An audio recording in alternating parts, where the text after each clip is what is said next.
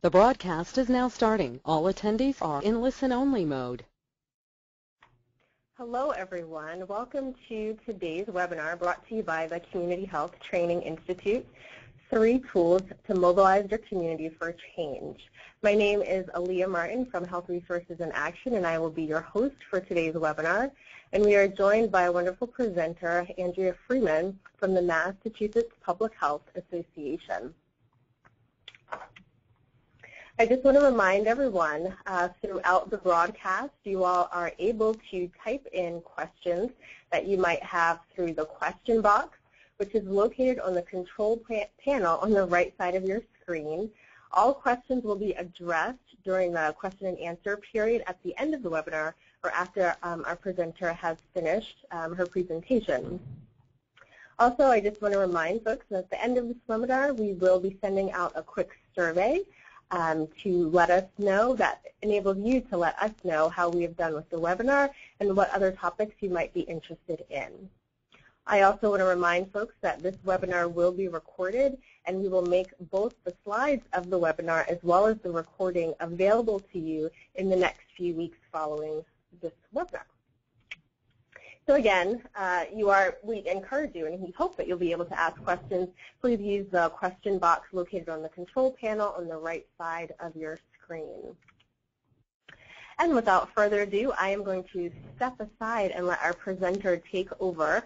Again, as I said, we have Andrea Freeman here, who's the field director at the Massachusetts Public Health Association, and she's really going to be guiding us through today's topic and really teaching us how to mobilize folks in your community to bring about those changes that you want to see. So without further ado, Andrea, take it away. Hi, good afternoon, everyone. Thank you, Aaliyah. I appreciate the introduction. So I've been with the Mass Public Health Association for going on 3 years now, but for about 16 years before that, I've worked at the state and national levels not in public health or community health so much, but in land and community conservation. But at the same time working to build partnerships, grow networks, share skills, and to advocate for policy changes. So this is some of the experience that I've had from a different field is what some I'll be sharing with you.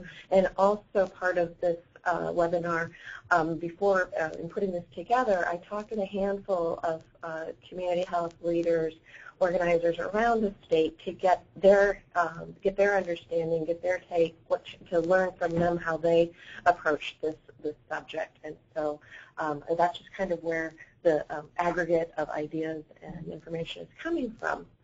And please, if you do have questions, we are real live bodies sitting around computers and looking at a screen, and we want to be helpful for you. And so if you do have questions or technical problems, please, as Leah said, please type them in the chat box, and we've got our colleagues here together to address them. Okay, so just a quick bit, when you've got people's attention, you got to give them a quick bit about the organization you represent, Mass Public Health Association, MPHA. We're a champion for public health in the Commonwealth. We're a catalyst for change, eliminating health inequities and creating healthy communities for all. What I put up here is our 2015-2016 policy agenda for this legislative session. These are the broad categories that we're focusing on over the next 2 years.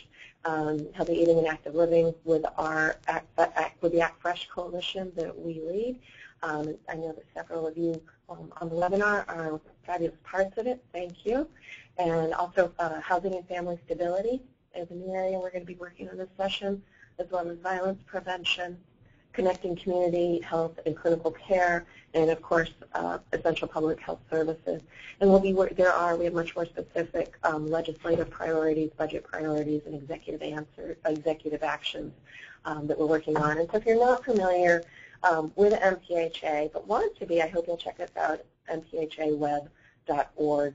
All the contact information at the end, and from there you can sign up to get our newsletter, become a member, etc. So, okay. What I wanted to do to start with, and also, if anybody, I've been always accused of speaking too quickly. If anybody thinks I'm sees that I'm here, that I'm speaking too fast, put that in the chat box too. Just say, slow down, girl, and I will. I'll try to. Okay, so right now I wanted to just share with you some of the assumptions that I'm making in the course of presenting this, and it's also worked with the ideas that came from the people that I interviewed. So I wanted to just, oh, you know what, I think I flipped the slide here. Or, oh no, I'm sorry, this is our plan for the day, that I was going to go over the assumptions, cover the 3 tools, and then have a little bit of discussion and go over the resources. So let's see, moving forward. Okay, we can go right ahead too. Okay, so the assumptions that I just wanted to go over with folks quickly. I don't have a great sense of direction, so I can really relate to this hiker here. But you know, I'm hoping I'm making some safe assumptions here. And the first of it is that the first assumption I'm making is that the closest, when we're talking about doing change, working on change in a given community, we work with the understanding that the closest to change, those people closest to change must be involved in the change in order for the change to be effective. And this is a theory that came about back in the 1930s by a German-American psychologist, Kurt Lewin, who was a pioneer in social psychology. And among other things, he coined the term group dynamics. And there's been a lot of research since the 1930s supporting this theory. And I think to some extent it's something that we all kind of almost just agreed and acknowledge, and it's just we don't even really question it. But it's an important thing to recognize that because it is often easy to take a step away from that, because it does take extra work. And the reason that we go the extra effort to reach out to and involve and connect and ask are the people that are closest to the change is because of this belief, of this assumption. And all the community leaders that I interviewed, they apply this approach to their work, and all the nonprofits that I've worked with as well. Truly, the more people feel that they helped originate an idea, the more passionately that they will push for its implementation. My second assumption is that those of us involved in mobilizing communities to make policy, systems, and environmental changes, my assumption is that we're not rolling in the dough, and that none of us have tons of great staff and volunteers that are looking for more work. We have great staff and volunteers that are as busy as we are, so we don't have excess resources. I'm assuming we don't have budgets for marketing and printing and PR and food and beverage and decorations. Obviously, some different sectors of the world that we work in, they do. We don't know that we're ones that do. So in this world with limited resources, we have to make some choices. And knowing that we want things to be, ideally things are going to be good and cheap and they're going to happen quickly. But in reality, often we can only pick 2 of the 3. If you can get all 3, that is the holy grail right there. But usually with a project involving, a campaign to raise awareness or to institute a change, pass a bylaw, pass a law, you're going to have to. It's not going to happen. It's not going to happen with all 3. You're going to have to choose. If something needs to happen fast, you'll have to choose between it being good, or cheap, or so it's just something to keep in mind when you're working with limited resources. And also remember, limited resources means money as well as people's time and their mental energy. Okay, so. This wasn't quite the slide I thought was going to be right here, but let's just go on. Let's go to the next one and see. Yeah. Okay. So actually, here's my second assumption is that our third assumption rather is the belief in the wisdom of crowds. And hoping some folks, I'm sure folks have heard of this. I've heard of the author James Surowiecki. We're in this book. He provides anecdotes and research about how the aggregation of information in groups results in decisions that are often better than that would have been made by any single member in that group. That the group decision is going to be better than a decision made by the smartest person in the group. And so it's the idea that input is going to be more accurate, The anecdote, you're maybe wondering why there's a picture of a bull or ox up here. The anecdote that I always remember from his book is that it's a situation that takes place at a county fair where all the attendees are asked to guess the weight of this massive ox. And people from all kinds of backgrounds and trades and everybody wrote their guesses on a piece of paper, and they put them into a big jar.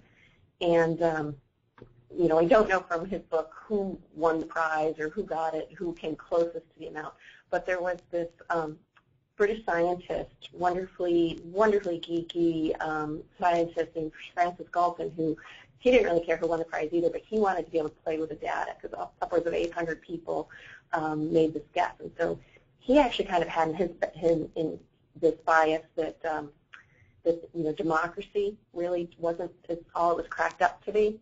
And so he wanted to use these numbers to show just how clueless the average person was, and that when you ask everybody for a piece of information, it's just not going to be very good. But when he calculated all the data, he had quite a surprise because it turns out that the average, if you take the collective wisdom, the average of their guesses was almost spot on for the weight of that ox. And so he wanted to show that people really didn't, unless you were an expert at something, that you really didn't know what was going on. But it turns out that, this and many other approaches, and if you get a chance, if you haven't read Wisdom of Crowds, I do recommend it. But so Francis Galton, this British guy, later wrote something about this study lending more credibility to the trustworthiness to the democratic process than he expected. So again, another assumption. And my last assumption here, I think some of you may recognize some of these two faces here, and if not, it's not that important. But it has to do with the fact that we, as individuals, we embrace change and innovation in different ways, in different times, in different situations. These are a couple fairly well-known TV characters. On the left is Carson, the starch butler who holds fast to Victorian traditions of the 1800s, even as they're moving into the early 1900s, and telephones are silly and radio's absurd. And on the other hand, the young niece, the energetic niece Rose, who's just craving for all things modern, for jazz, for the radio, for just everything new that's coming down the pike that Carson is just scared of and just almost really uncomfortable with. And so I highlight these two characters because they so colorfully anchor the ends of something a little more nerdy, a bell curve.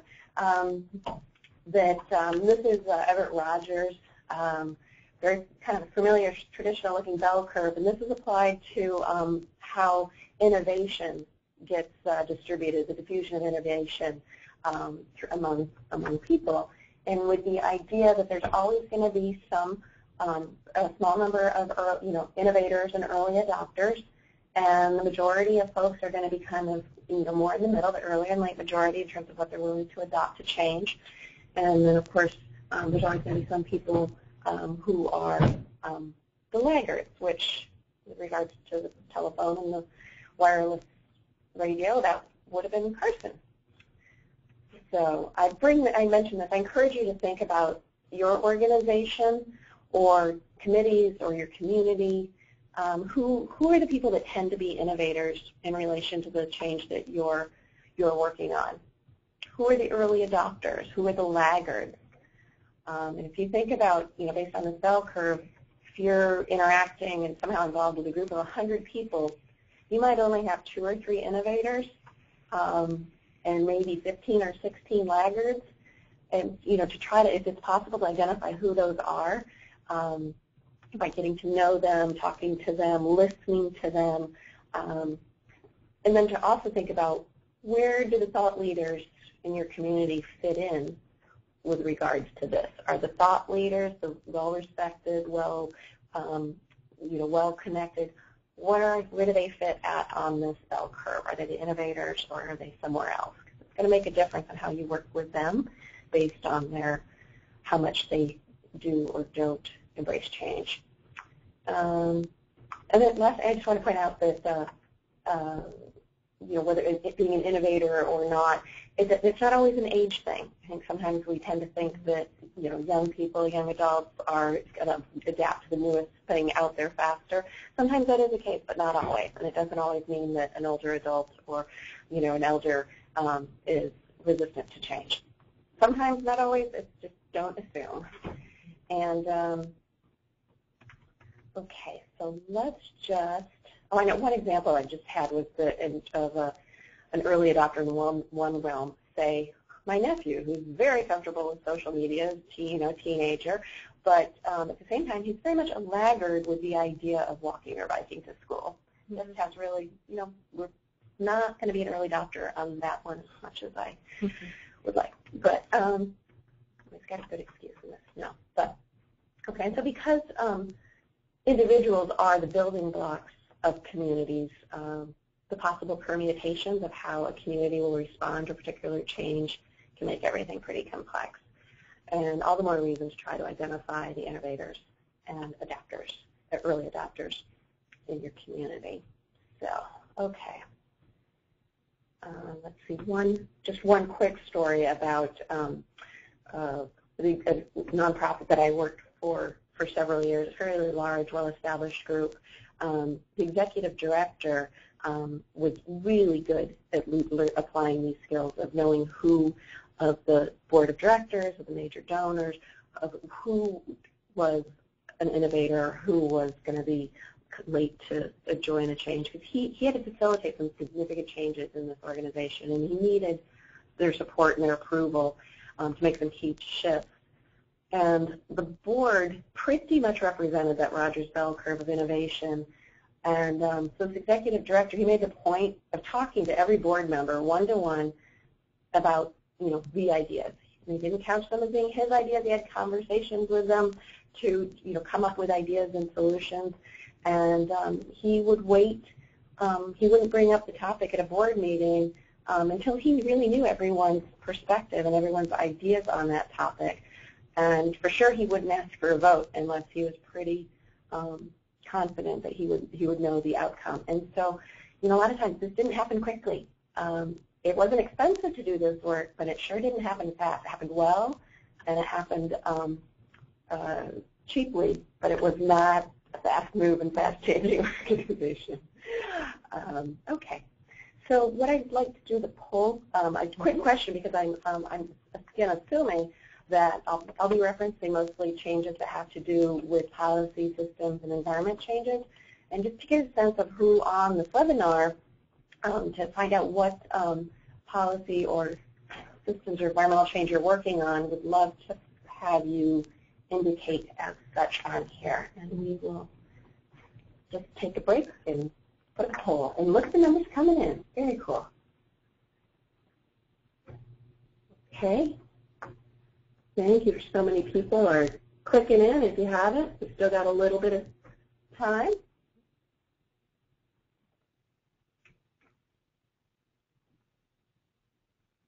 Okay. Anybody else? And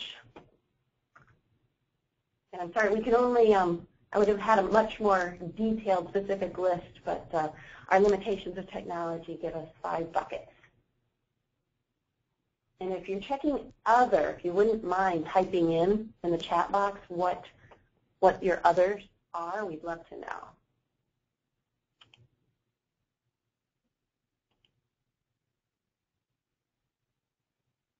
Okay, do you want to share can we share the results then?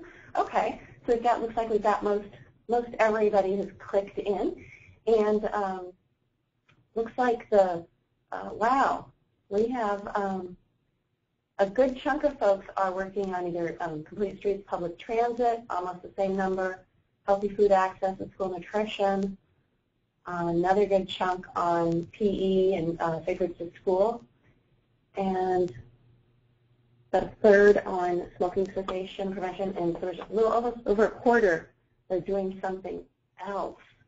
Laura, do you have any notes coming up? Anybody typing in what they're seeing?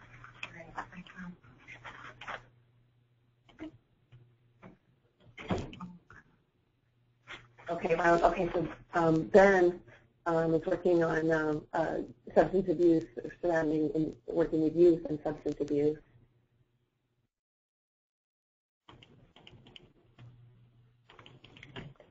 Okay. Okay, thanks for sharing that. So just kind of helpful to know that we're all on kind of a similar path in what we're working for. And, okay, so I'm going to move on now to the next slide. Okay, so here we're at in terms of some tools for thinking about change. I wanted to help predict and plan for reactions to change. And to increase the likelihood that more people will support you than ignore you, or worse yet, oppose you. I proposed this three-legged stool as a model with the idea that it stands upright when each of the three legs, that are the legs that are named process, relationships, and results, that they're equally valued, and that each leg or tool is linked to each other as well. And like any good model, this one has neatly divided realms, but in reality, we all know these things exist in anything but tidy realms. And because we all know process, results, relationships are very much interwoven. But at the same time, I do find having a model, however imperfect it may be, that it helps us to anticipate and analyze and plan for reality. I don't know of any perfect equation or recipe for managing these three legs. If anybody does, I am all ears. But at the same time, I think I do think of this model a great deal, especially when an effort seems to be stalled or the group is frustrated. It's usually because one of these legs has gotten really out of balance. And a couple ways that I use this model to understand my own tendencies. That, even, in my best to balance attention to process, results, and relationships, things can get confusing, things can get overloaded and stressful, and we each typically default to one overly, we find a comfort zone in one of them over the other, and to the detriment of the others. And for me, when I get pressed or stressed or confused, I default to the results leg. And I can recall some situations where I've bulldozed forward without checking with others, ignoring the process that we've been using. In my own defense, I thought I was really helping by working harder, right? But yeah, it just does not work so well. And that, however good intentions are, they rarely matter when you're working in a team. If the whole idea is to be working together. And for one, a coalition that I was working with to hold a big training conference, and we had an opportunity. There was a change in administration at the state level, and the new appointments of the secretaries and commissioners, and I just assumed that we would be, as always, that we would be inviting the same secretary of the related commission, and so I wanted to be on the ball and get on our schedule soon, send out the invitation, got the date. Yeah, a little bit of a mistake, because with the administration change, there was a lot of different things going on. I was new to the state. I didn't know a lot of the back history. I thought I was being so helpful as their coordinator, and no, I read the riot act, and I learned a lot in that situation, that they had no intention of inviting this person, even though they had always invited that secretary in previous years. So, just learned a lot in that situation. But another way that I use this tool is to recognize that in a group of people I'm working with, that each of them usually feels more comfortable in one tool than the other. Some people are very, very comfortable thinking about process realm and living in the process realm. And, the whole how will we decide on the criteria, to rank the criteria, to choose the priorities, to assess the bylaws, that kind of how, how, when, how, who, what. And that's kind of an extreme, but I think that y'all know what I mean. And I, in fact, am showing my bias by almost kind of even picking on that, because that's just not my comfort zone. I'm not a process person, even though I know, and so I actually have to give more intentionally. I have to give more weight to it, because I naturally steer away from it. And also, the fact is, if you are comfortable in the process zone, be aware that other people, you would lose me if there's excessive process talking about how to make decisions and all this. It has to happen to a certain degree, but finding the right balance is key. And just like I lose people when I give short shrift to process and bulldoze for results, other people feel much more comfortable in the relationship realm about building connections, meeting new people, getting to know them, helping them. And again, there's nothing wrong with this, but too much focus on it sacrifices attention to process and to results.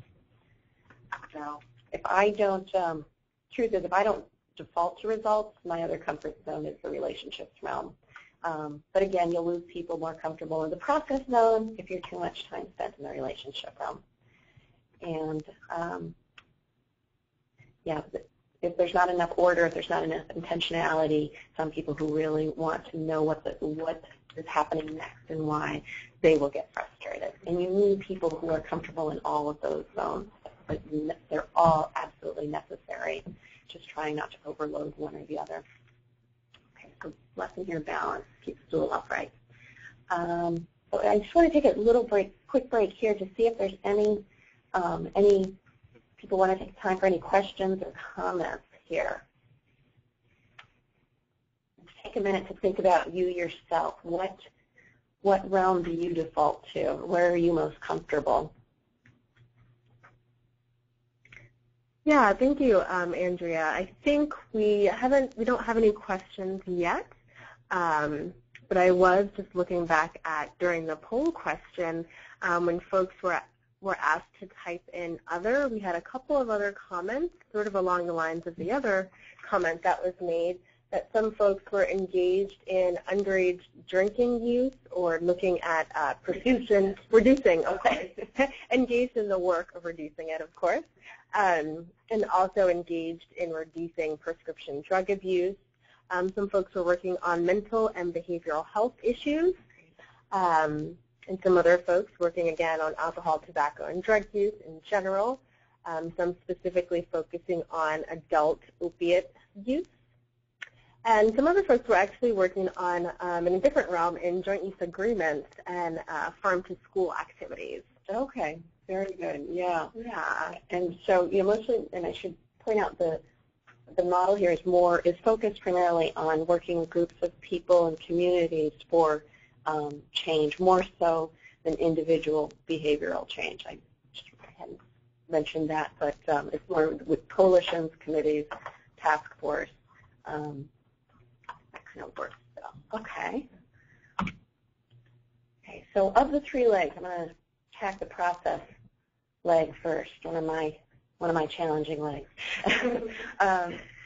So really the process, these are some of the things that I found, and from talking to the community leaders around the state, these are some of the things that I heard consistently that help create for a good process and keep things in balance. One of it being, facilitative leader. And I like the definition that I really like comes from the Interaction Institute for Social Change. They describe a facilitative leader as someone who creates a safe environment for participation and collaboration by modeling receptive, flexible, collaborative, and strategic attributes. And so the idea is the facilitative leader isn't your traditional, you will do this, you will do that, and I make these decisions. It's someone who is more of a kind of a conductor of an orchestra, or it's not the kind of the command and control leader, but emphasis on the facilitative. Also, other key things, you've got to have good information. And this, when I talk about good information, I'm meaning both, data to talk to our heads, as well as stories and photos to relate to our heart. But for data, to think about, is there one compelling graph or chart or ranking that conveys the need for the change that you're working toward? If not, it's really worth taking the time to find it, and so that people involved in the effort, that you're all comfortable using it, putting it in your own words, or conveying it in an accurate way. And at the same time, to find the stories. For part of our work to fund and implement the Massachusetts Food Trust, MPHA and the Act Fresh Coalition, we're looking for stories and examples in communities where there are food deserts. We're looking for stories to see how seed money from the food trust could leverage other sources that would make it possible to renovate or add a bodega or community kitchen or launch a subsidized CSA. We want to be able to talk to people and say, if we had this, we could have that. And we got to almost like draw a picture of what the vision of the change could be. And we know that there's examples out there. You run into them all the time, but then when you need them right, to explain to a funder or an elected official, you need the facts. And who was it that told me about that? And where was that? Was that Brockton or was that Springfield or where was that? So to be able to capture those stories and be able to find them when you need them is huge. And it takes a lot of people to help you track them down and find them and get them accurately. Same thing with mass and motion funding. We need both data and stories to convey what's, the benefits to legislators. And when I say convey, we need to convey it really, you want to convey it easily and quickly. One page, nothing more, no term papers here allowed, really. And so, in your work, I encourage you to listen for and write down the stories that you can share and convey the need for that change. And better yet, if you can save them in some searchable way, I've got a couple resources at the end here that I'll share. Things that, say simple things like Evernote or OneNote or even an Excel spreadsheet to help you find the stories you want when you need them.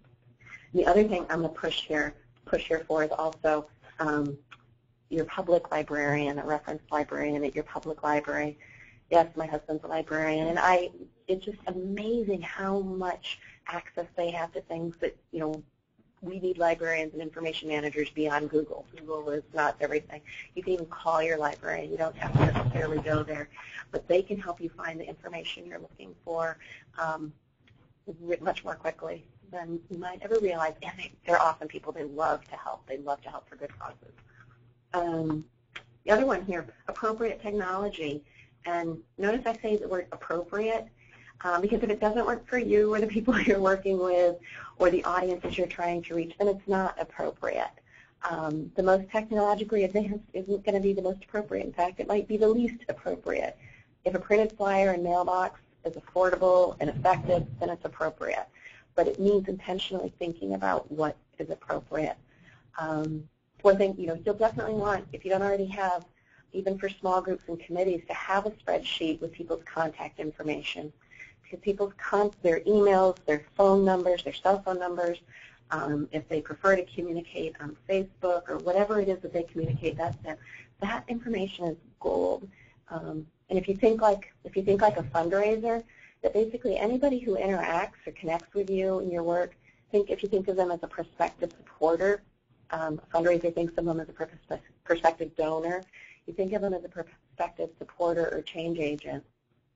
And for any meeting you host or attend, just get in the habit, if you aren't already, of always getting contact information and immediately, as best you can, I know we're all human, immediately enter it into that spreadsheet to keep it so it doesn't get lost.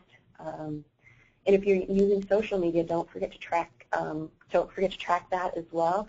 I've not seen much overlap in different groups I've worked with. It often seems like there's two very different groups of people that come to particular events or sign up for e-letters and then are following you on social media or interacting. And there's some overlap, but not a lot. It's kind of interesting. I think that may change over time, but I think currently we're in a time where we're using everything from social media to flyers to newspapers to it's not one or the other, it's kind of all and. An inclusive strategy is key for process, and that's going to include some form of stakeholder or power analysis, depending on what you want to call it. And the main idea, the big picture is where are we at, where do we want to get to, and how are we going to do that? And so to do that analysis, and this is there's some great webinars and processes out there to help you think through that whole that whole step, because it's figuring out who are the decision makers if there is a decision that has to be made. Who else would care about it if this change happens or if it doesn't happen? Who else might benefit, even if maybe you have some disagreements on other realms? If you would benefit by collaborating, that can work. In land conservation, when I worked at the national level, we had some of our members, I was with the Land Trust Alliance, and some of our members, they were protecting land, all different types of habitat for wildlife. And there was there's no hunting on it. There was nothing that would damage the habitat for the wildlife. Some of our members who also cared about protecting land were hunters and fishermen, anglers, because they were protecting land for quality hunting and wildlife and fishing, and the land was still getting protected. And so we worked very well with them. I mean, there's some different ideas and values, but our goal was to protect land. We were getting land protected for different reasons, and I know sometimes that doesn't work for some people, but if you know what your goal is, that's where you need to stay focused. So an example in Fitchburg, Mass and Motion Group there at Fun in Fitchburg, they've been working to improve walkability and bikeability in the city. And, they're a gateway city. They don't have a ton of resources either. And so they knew that whatever they were going to be doing would have to, one, it was going to have to be cheap, at least in the short term. And so they wanted, if it's going to be cheap, then they wanted it to be good. So, of course, it was going to happen slowly. And they made sure, it's a very strategic step, to include the DPW director and the staff from the Department of Public Works in the city, and to include them in conversations about what could be done to improve intersections and sidewalks. And then they also, I thought this was nice and very strategic, they invited some older adults who were regulars at the senior center in town to do a walk audit and to help the Fun in Fitchburg team prioritize what to work on first. And so then once we got the seniors were, they were really psyched to be asked and to be involved in this and to be able to point out where there's some horrible potholes and where the curb cuts are just insane and where you can't get over the bridge because you have to go into the street on the one-lane bridge because there's a big utility box in the way and all these things. And so then they came up with a strategy to actually invite the DPW director to walk with them from the senior center to their market basket, to the grocery store, one of only two in the city, a little bit of a food desert there, but so that the DPW director could see the sections that maybe places where his crew could make some improvements in the short term, and then maybe also in the longer term see what some of those fixes might be. So all the while they're doing this, they're talking about helping them get to the store more safely. The topic of complete streets comes up and the mention of future funding from the state. And so hopefully maybe this spring or summer, the DPW, not necessarily the Fun in Fitchburg folks, although I guess maybe now you almost think of DPW as part of Fun in Fitchburg, maybe the DPW will be announcing their support for the City Council to pass a complete streets ordinance so that they'd be getting some funding so they can make things better. Once they got talking to the DPW staff, they want to help. They want the praise. Another key ingredient, transparent decision making. The level of involvement around decision making is going to correspond directly with the level of ownership people have. Sounds familiar? It goes back to however close you are to it, you're going to fight for the change more. And as we all know, the more people involved in making decisions, it takes much more time. And hence the inclination to sometimes just move forward with things since because it takes so much time to get so many people's opinion. And sometimes that's what's called for, but other times the most effective thing you can do is to go slow and involve as many people as possible with a thoughtful process in order to make a change that people will be supporting. So, really the key is to just be clear with how decisions are going to be made. And so where process comes in, how do you decide what the decision-making process will be? You got to devote a certain amount of time to it, but not too much. You could, someone or some group of people could just be the ones say, we're going to make the decision and we'll let you know. That's going to be the quickest, that's certainly the quickest, but it's not necessarily going to be the most effective. You could also, another approach to the next step, take a little more time of gathering input and advice and then make a decision. That the next step you could do, take a little bit more time, would be to have a team, ask a team of people to go through their process of making a decision or recommendation, whether it's, does it need to be a unanimous decision? Does it need to be just general consensus? Again, that's going to be a process and a timeline, but it takes a little bit more time, but you've got more people that are going to be part of that. And so, another idea is that there's a team of people that are making a decision, but there's some constraints that you only are able to spend a certain amount of money, or have to be done in a certain amount of time, or have to be in this town, some kind of constraint. So again, there's going to need to be a process to get to this, which of course is going to take some time. But the transparency of the decision-making process is what will help create that culture of openness and support, people wanting to be involved and stay involved. Of course, I think we all talk about this and really strive to do this, to have this SMART goal, S for specific, M measurable, A achievable, R realistic, and T time bound. And definitely, if it's not clear what you're working for yet, you need to take that time with people involved to do this. Let's see, and the last thing in terms of process is really to have the respect for the process, and also trust in the process, and patience. That's always the lessons I have to remind myself. Trust the process, we need it. Okay. In terms of the relationships leg, a couple of things that we really want to focus on having are, trusting public relationships. And I emphasize the public relationships because even if, especially in smaller communities or, urban neighborhoods and stuff, a lot of times a lot of people, and a lot of times the same handful of people are involved in, the school committee, and also the conservation committee, and also maybe the Board of Health or a mass promotion effort. And sometimes you might know them personally, and so the idea, though, also is that you've got a trusting public relationship if you're going to be, if you're going to be represented in the media, if you're going to be representing organizations with each other. And this also means your relationships with any elected officials, with media, local writers or bloggers themselves. Also, clear communications, and checking for understanding, listening for something that you've missed. Listening skills are key, whether it's in person, over the phone, in email, in writing. That's often going to be, I think you all know that's often the challenge for a breakdown.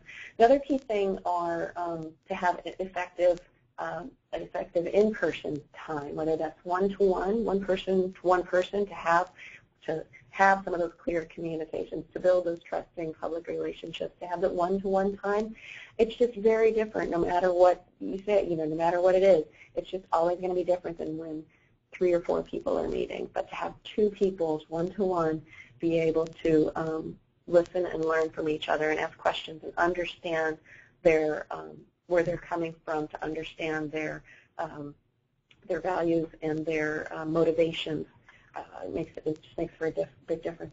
In the group meetings, that's one thing that the Interaction Institute has talked about. They spend a great deal of time on planning, thinking about what a gathering, a meeting is going to be and look like, the why of it, to have desired outcomes, to have, to start and end on time, to have ground rules of, it might even just be something like, okay, no texting during our meetings, or, it's fine if, if you need to bring your kids to the meetings, we understand, we'll have crayons and stuff like that for them, or, yes, dogs are allowed, or, feel free to bring your dinner and you don't have to bring something for everybody, So whatever those ground rules are, just to have a culture of the meetings that work for people. And the idea that if things aren't if communication is getting difficult or maybe participation in meetings is falling off, it's a perfect reason to change how you do meetings. And by that, it might mean the layout of the room. If you're always, if you're always kind of sitting in a square, maybe change it up so that you're sitting around tables, or vice versa. Or if you're all sitting facing one direction, turn it into a circle. Or change the location if you can find a place, a different venue. And change who's facilitating the meeting. Change up the agenda. Reorder how you do things. And that's one thing the Interaction Institute talks about. It's like change a meeting, change an organization. And it's just tweaking that one little thing. It's changing the dance. Somebody's going to move their foot in a different direction, so something else has to move. And that's one thing I've heard from a couple of the people that I interviewed about how they involve more people in their gatherings and discussions. And they said that they often will, in the one-to-ones, when they're doing kind of their listening tours, that they will ask people what time of day, what days of the week would you be more likely to come to meetings? Where are good places to meet? That also is going to set the trend for who's involved and who can come and who wants to come. Of course, a shared vision is always going to be the key, which hopefully you'll get at with more of the discussion. And the other thing that we keep talking, that the people I interviewed talked to over and over, they repeatedly said how you want to always be asking who's not there, who's missing at the table, who's not being represented. It's often easy to go down on a list and say who is here, you, this group. When you try to think about who's missing, it's an intentional effort to do every time. And whether you're doing RSVPs and you look and see, wow, that organization or that individual or this particular organization or particular culture or race or age group or something, what's missing? If it's not at the table, to get in the habit of asking yourself who's not there, and then who would know somebody that could help us connect with that group, or have they been coming and they're not involved now? What's happened? And that's a perfect opportunity for a one-to-one, for deeper understanding and listening. The last thing I want to just mention is the organization I used to work for. We always used to talk about on-ramps, having lots of on-ramps for involvement. And I know I've just been talking here about like meetings and gatherings, but man, there's got to be other ways for people to be involved in just coming to a meeting. There's got to be different on-ramps for people to hook up with what you're doing. It's one of my former colleagues, former boss, Melanie English, she used to always use this. She used to use the bus analogy, that she would talk about, a goal for a bus is to pick up as many willing people as possible, knowing that those on the bus are together deciding where they're going. And if you've got an empty bus, big deal if you got there. Sure, have a great event, have a great, rally, but if there's not people with you, it doesn't matter. Or you made this great decision and you're having this press conference and you're the only one there, big deal. So it's not to get from A to B, it's to fill the bus with people who want to go there. The goal is not to minimize time on the bus. Sometimes it's going to take longer with the more involved and working to, maybe sometimes you have to have things in different, you're going to have them translated into different languages. You're going to need to stop and find people who want to translate, who want to, maybe it needs to be in sign language, maybe it needs to be in a different time of day or location. Sometimes people just don't want to go out in public and meetings. When they get, they've got so many competing demands in their life, whether it's work or child care or elder care, maybe is there something that they can have online?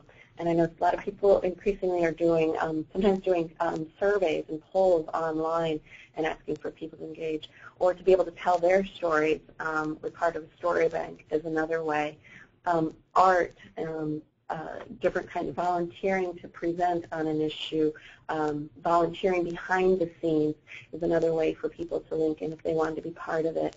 But it's the idea of having more than one way for, can't be that you come to our meeting every Monday afternoon to be a part of. How else can somebody be part of it even if they can't make a traditional meeting? And let's see. Yeah, and always asking who's missing. You know, maybe you've got it looks like you got a full bus, got a full room, but who's missing? Do you have a good breakdown of who you're looking for? And then, of course, the results. We, of course, want it to, when we get to our results from our, utilizing our SMART goals, we, of course, want it to still be relevant and timely. We are hoping that when we get to our results, we haven't broken the bank, we haven't gone into debt, we haven't taxed our, our members too much in terms of their time and energy. I mean, if there's, burnout is sometimes just the nature of the beast, and sometimes it's going to happen. But ideally, we want to be able to have people. There's going to be more work to do, and that longevity is important. I think also, there's successful results are reached successfully when there are more and stronger relationships at that point than when you started. Hopefully, there's negligible collateral damage. Sometimes, you get individuals or organizations that really just don't want to work together again, or they are just going to individuals check out, or groups move on to something else. If you reached your result, you achieved the goal, but there's people not talking to each other or wanting to work together, isn't as successful as it could have been. And hopefully, ideally, you've got a group of folks that are saying, okay, great, what's next? What can we do now? We've got a win, we've got some speed, we've got some energy to move forward. In fact, one of the people I interviewed talked about sign of success as being when the group continues to meet, to work, to strategize, even after original funding dries up, or say kind of the tradition, the facilitators have moved on to something else and somebody else takes their place. That's a real sign that people are willing to shift. And sometimes that does mean disorganizing when you've accomplished a goal, when you've made such a result. Sometimes it really does recognizing that accomplishment, celebrating, and dissolving, knowing that the plan is to, okay, we've got these skills, these relationships, we know the needs are there, so let's reformulate. And it may be in a different way. You may need different committees. You may need different experts. You may need different. You're going to probably need different data and different stories. But the idea of disorganizing to reorganize is sometimes a way to feel like, okay, next phase, moving on. So let's see. Okay. So I'm moving on here to these are some of the resources that I've relied on, and I know other people rely on to do. And this is where the devil is often in the details of how quickly and cheaply you can do things. Folks, to interact, to communicate with yourselves, with a group of people. Even sometimes you might be in the same town or the same city, but you can't physically be in the same place. You can have a free conference call, and a lot of people have used this already. But if you had, I still come across people that said, I have no idea. Freeconferencecall.com. Also, Skype is free. Google Hangouts is free for up to 9 or 10 people. For Google Hangouts, you can actually see each other's faces. Finding meeting times as soon as there's more than 2 people, I swear. Using Meeting Wizard or Doodle.com. Sharing files so that you can work on them together. You don't have to have a big system network. Use Google Docs or Dropbox. Another thing that I use a lot, especially when I'm getting overloaded and things are not linear and different connections, are mind maps. And sure, you can draw them on a big piece of paper and make them link together. But this mind maps is a free download that I use to just kind of strategize on nonlinear things. And I put that little orange butterfly there, not because it's cute, because that's the logo that when you go to this Wikipedia page, you'll see that you've got the right one. It's pretty handy. Also, strategy tools, smartchart.org, 3.0 version is out. That's free, and that walks you through some of the decision-making, the power analysis or the stakeholder analysis that has like a chart and it tells you, okay, fill in this box, fill in this box. I don't know, it's just kind of nice to know that there is, somebody's done the thinking of the questions for you already. And also this DIY, do-it-yourself, DIYtoolkits.org. They've got some pretty cool templates if you're working on making a decision or scaling up, things like that. see, next one, oops, wrong keyboard. Again, saving and tagging photos so you can find them when you need them. You know, here's a couple of them that I've used. Some are, you know, everybody usually has their favorite, but if you've not started saving photos and they're all just in a huge file on your computer or something, or maybe all still on your phone, save them, tag them. Maybe not all of them, but your favorites. They will come very helpful. And in terms of finding stories, I mean finding your own stories kind of thing, and telling stories. There's a great article in Bridgespan by Andy Goldman, who's been kind of one of the leading advocates for the tool of storytelling to convey that which data can't. And so that's sorry, I know that's a really long link, but it's on Bridgespan, and maybe we can provide the PDF or something. And then also there's a blog, gettingattention.org, interesting blog post about storytelling.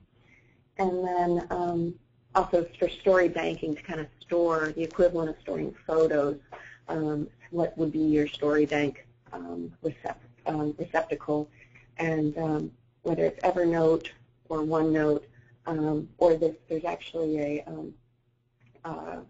we also have a spreadsheet, an Excel spreadsheet that has all the columns listed for helping guide you on what to track, so you can have that.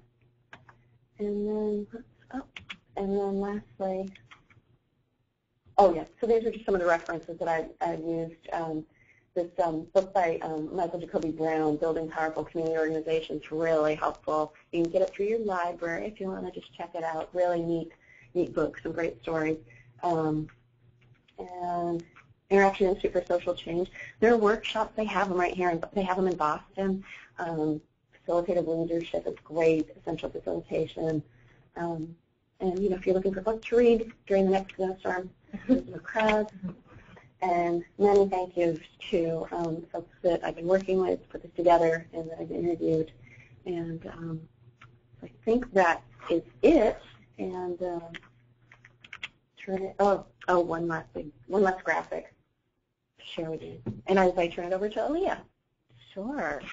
Thank you very much, Andrea, for giving us that nice overview of what's needed to keep our stools of change upright in terms of results and process and relationships.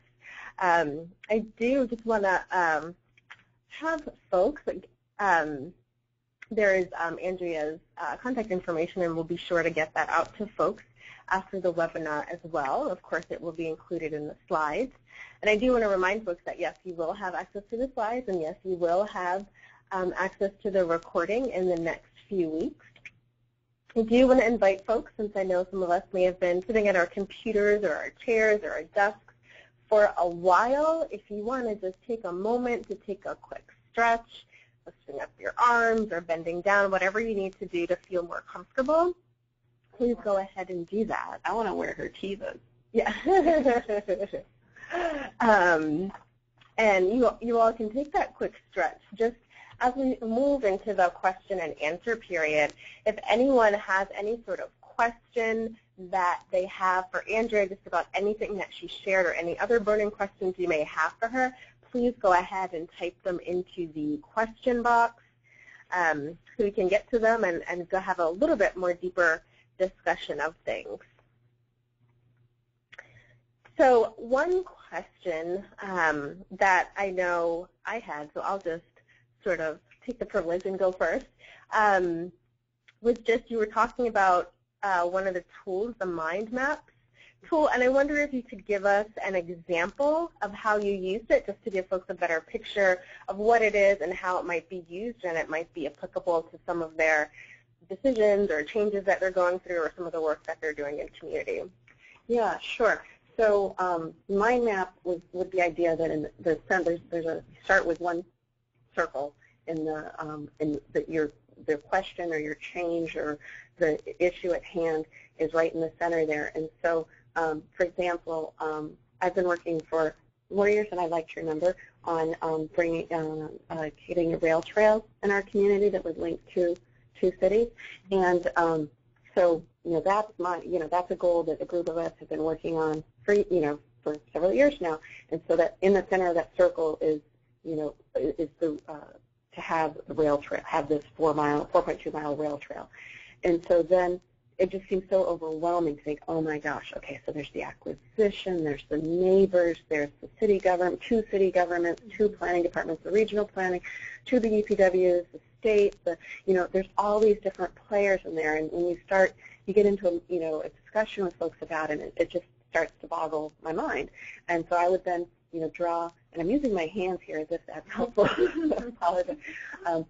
From that center circle, that center hub, it's almost like putting spokes from a bike on the wheel, except for the fact that, so one of them might say, the city number 1 and then city number 2, but then we could go from that city number 1 as another circle and then draw another couple of spokes to say, okay, we want to talk to the planning director, we want to talk to, the head of the city council, we maybe also want to talk to, the Conservation Commission or Economic Development Office. And then another, going back to the beginning, another hub might be, funders, like where would we actually get money for this? And then, okay, the community foundation, okay, the state. And so that then you can, and the nice thing about this online mind map is that you can shrink it down.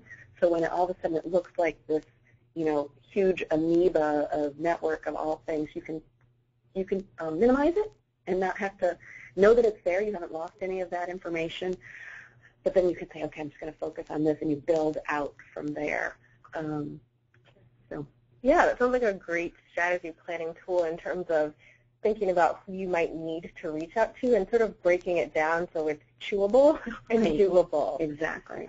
Have you ever used it in a way where you needed to engage, or I know you said you were working in a group, so have you ever sort of broken up into tasks that, this subgroup or this person is going to work with the planner of town A to try to build that relationship, and person B is going to take another chunk? Yeah, and that's almost those major divisions that you come out. Those almost can be. You might even divide it up as your working groups. Yeah. And so that's and even within, if you know that one of your strategy, Safe Routes to School strategy, that's okay. Well, who's going to work with the Parent-Teacher Association, and who's going to work with? And, the best ways, the most logical ways to divide up. The groups of people that you have, but that's also, in terms of dividing tasks that aren't always linear, is what works for me. Excellent. We have another question about, when you were talking about the different legs, it looks like both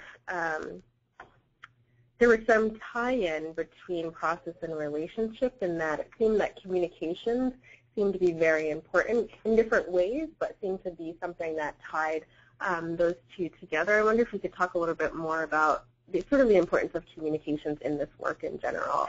Yeah, that's where those those legs are all inextricably linked. But definitely in terms of in communication, the definition there is that it's going to be two-way.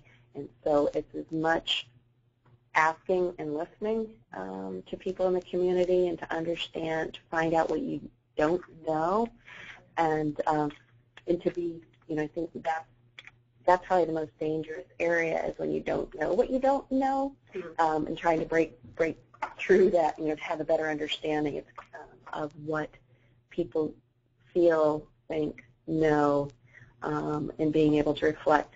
And to be able to reflect them accurately, in getting past, maybe your own self-interest, even if sometimes what you hear from a group might not be what you thought you were going to hear, and kind of sitting with that, living with that, and communicating it, and respecting that, the difference in the different ways you hear it, or I shouldn't say or, and wanting to even learn more from other people, and wondering, okay, if I'm still hearing new things as I talk to more people, I'm not done yet.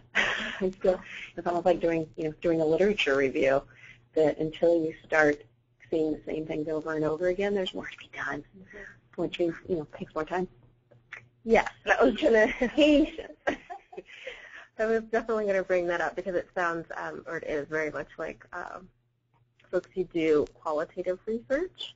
When they're looking to listen, they sort of keep going until they start listening and hearing the same things over and over. And it does take a long time, and you talked about your group in your hometown of where you live, that you guys have been working on this issue for a long time. And I imagine that there have been lots of different types of communications that have gone on through that process. Yes, definitely. Yeah, and that's, the time that it takes to understand people's interests and motivations, that sometimes it doesn't always, I don't know why, well, it doesn't always line up with a timeline that sometimes our funders, as either nonprofits or agencies, it doesn't always line up with what the funders are hoping to have happen by a certain time, and that's where it's hard, it's challenging. And, and the funders, they know it's hard as well. And at the same time, we do have to have these time-bound goals and strategies. And so it's as much, if pushing something too fast is going to make things fail, you've got to communicate as much with your supporters and your elected officials and your funders. And here's why it will fail. And here's how much more time we would need to be able to get to that point. In a perfect world, we would all be able to go, at a viable pace and not push our communities faster than they can. But, we all, we figure working on, community health issues. People are also working on immigration issues. They're also working on education issues. They're working on transportation needs. They're working on, increasing the vote. They're working on veterans affairs.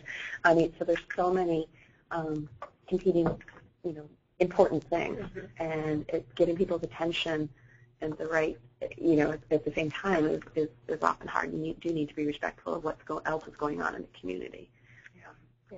You bring up two really great points, and that being sort of that disjointedness sometimes between funding and sort of the time that a project is supposed to take according to what's written on this piece of paper, and the reality of the pace of the community. And you gave really good points in terms of talking about understanding that, yes, there is a time-bound parameters for a project, but then being willing and initiating that conversation or that communication back to those constituents, back to the funders, and saying, not just sort of saying, no, we can't do that in that time, you have to give us more, but working with them to help them understand why it is that you need more and how much more time you think it would take, I think is one thing that's beneficial. And even a project that I'm working on with two communities, one in Vermont and one in Massachusetts, the work is around a policy change that is not fast. And it is it's going to be good. Oh, yes, it will be good. And it's taking a very long time because we're building community support. We're using mobilization techniques. We're having conversations with decision makers and with other leaders of the community. And, our funding was for a set time. And so we had to go back to the funder and say, this is taking longer. Here is why it's taking longer. And here's about how much time we would like to extend this work. And, thankfully in our situation, it did work because we didn't necessarily need more funding. We just needed more time. And this funder is just blowing my mind because they are so amazing and they do understand what it takes to really build a movement for change. So it's great that we have that type of funder. I know it's not always the case, but I have learned a lot in terms of being able to have those types of conversations with those who are funding you. That's good. I mean, that's the success story there. Mm-hmm. Mm-hmm. The other thing that I saw, sort of the link between results and relationships, that some of the results you listed there were relationships, that some of the results, and sometimes don't always think about that. You always think about, what was written in that grant, what was written in that funding. The result is get this rail trail, and if we don't have it, then, somehow we've failed. But you even brought up the opportunity that the results can also be the relationship, that there are stronger relationships, because that'll sort of spur on the next change that needs to happen in our communities. It's sort of never-ending work as we're all sort of growing and evolving together. So I think that was a really good point. Yeah, and definitely the hope that there is always going to be something else.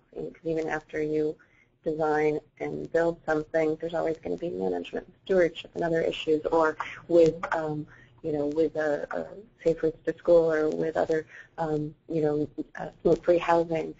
There's always going to be there's going to be other changes, and you want to have people that had a good experience collaborating, working together, making things better. So even if a couple months or a couple years pass, folks, if you had a good experience, you'll want to work with them together again. We have another question here. What advice would you give folks who are sort of just starting to come together in groups for community change? Just starting to come together. Yeah.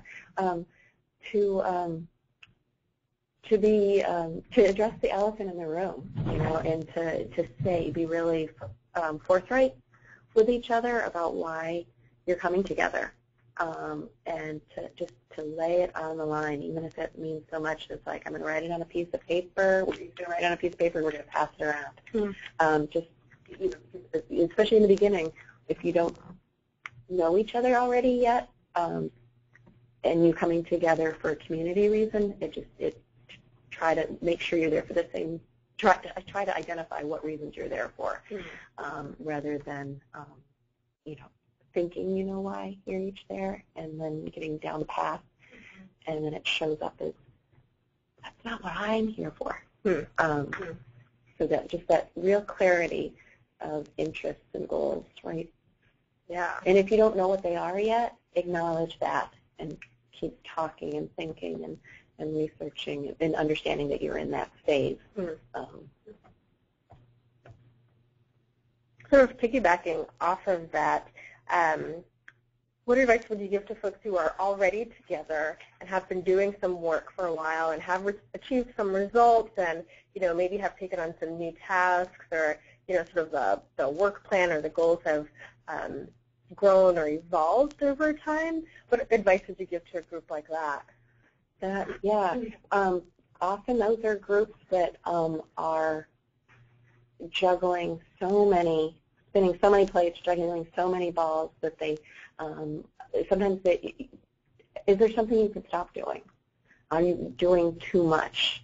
Is there something that that can be spun off to another organization or commission, or your peak, and you are just all pistons are firing, and acknowledge that, and make sure to focus on telling your story and getting acknowledged for the accomplishments that you've done, and think about how will we apply this to the next thing. Yeah. But again, sometimes you get to that stage and the inclination is to take on more and more and more. And there's nothing wrong with that, except that sometimes growth and taking on more can shift things in a way that can overwhelm. Yeah, good point. Thank you for your words of wisdom. I think just one last question. You talked about in the beginning some of the work that you all are doing at MPHA. Are there other ways that people might be able to be involved in some of your initiatives and work that's going on? Yeah, always. Thank you for asking. Yes, so it's the beginning of the legislative session right now. We'll be moving into the budgeting session.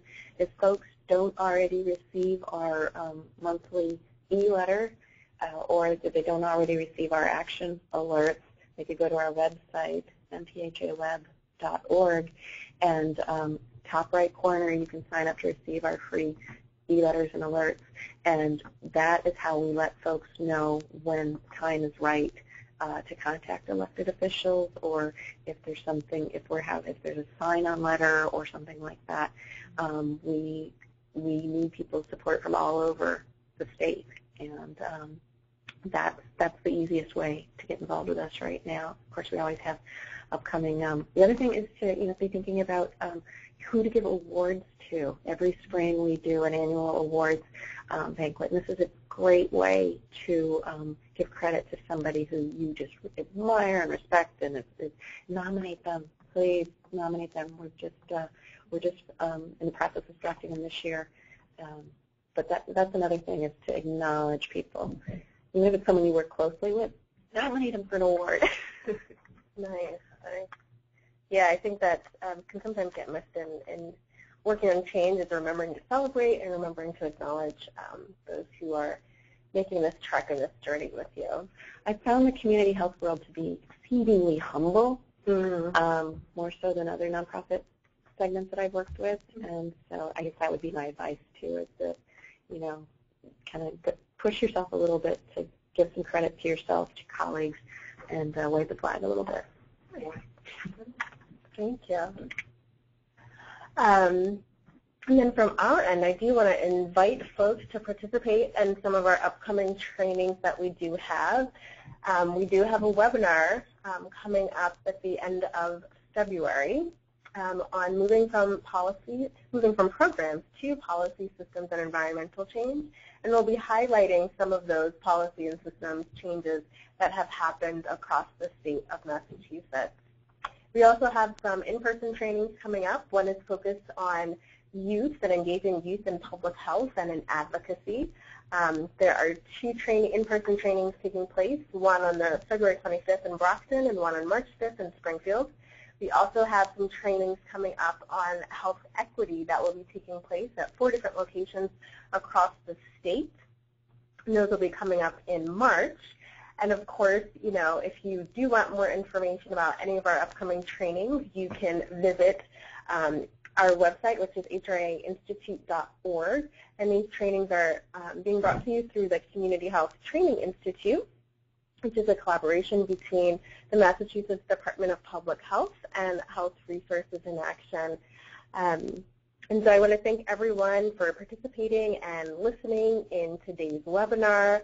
I especially want to thank Andrea for you giving your insight, just all of the experience that you've had in sort of different nonprofits, and being able to apply that to the health world and the health lens is really beneficial to those of us who have only really been in health and have trouble seeing outside of that. So I thank you for that experience and that insight, and for sharing that with us today. My pleasure. Thank you, Aaliyah, for your help. Thank you, everyone. Take care. Bye-bye.